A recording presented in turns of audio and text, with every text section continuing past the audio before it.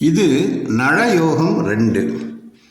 லக்னத்திற்கு 5ஆம் இடத்து அதிபதி 12இல் இருக்க,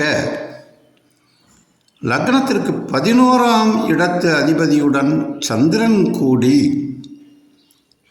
அவை இரண்டும் லக்னத்திற்கு 2ஆம் இடத்தில் இருக்க இந்த நலயோகம் உண்டாகும் என்று சொல்லப்பட்டிருக்கிறது.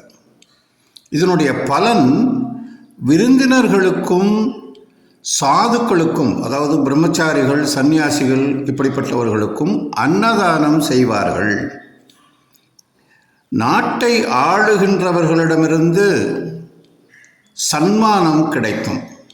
உதாரணமாக இப்போலாம் சொல்கிறோம்ல, அந்த மத்திய அரசு விருது, மாநில அரசு விருது இப்படிலாம் சொல்கிறோம் இல்லையா, அதை தான் நம்ம சன்மானம்னு இங்கே குறிப்பிடுறாங்க. அந்த காலத்தில் அரசர்கள் சன்மானம் கொடுத்துருக்காங்க, இப்போ பரிசுகள்னு சொல்லலாம்.